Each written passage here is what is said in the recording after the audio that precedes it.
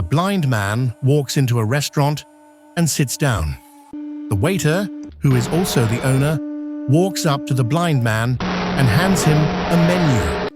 "I'm sorry, sir, but I am blind and can't read the menu. Just bring me a dirty fork from a previous customer. I'll smell it and order from there." A little confused, the owner walks over to the dirty dish pile and picks up a greasy fork. He returns to the blind man's table and hands it to him. The blind man puts the fork to his nose and takes in a deep breath. "Ah, yes, that's what I'll have. Meatloaf and mashed potatoes."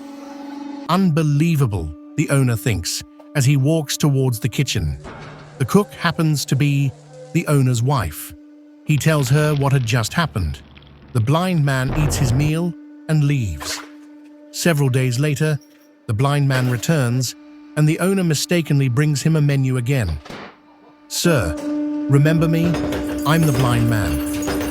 I'm sorry, I didn't recognize you. I'll go get you a dirty fork." The owner retrieves a dirty fork and brings it to the blind man. After another deep breath, the blind man says, "That smells great. I'll take the macaroni and cheese with broccoli." Walking away in disbelief, the owner thinks the blind man is screwing around with him and tells his wife that the next time the blind man comes in, he's going to test him. The blind man eats and leaves. He returns the following week, but this time the owner sees him coming and runs to the kitchen. He tells his wife, "Mary, rub this fork on your panties before I take it to the blind man." Mary complies and hands her husband the fork. As the blind man walks in and sits down, the owner is ready and waiting. "Good afternoon, sir. This time I remembered you, and I already have the fork ready for you."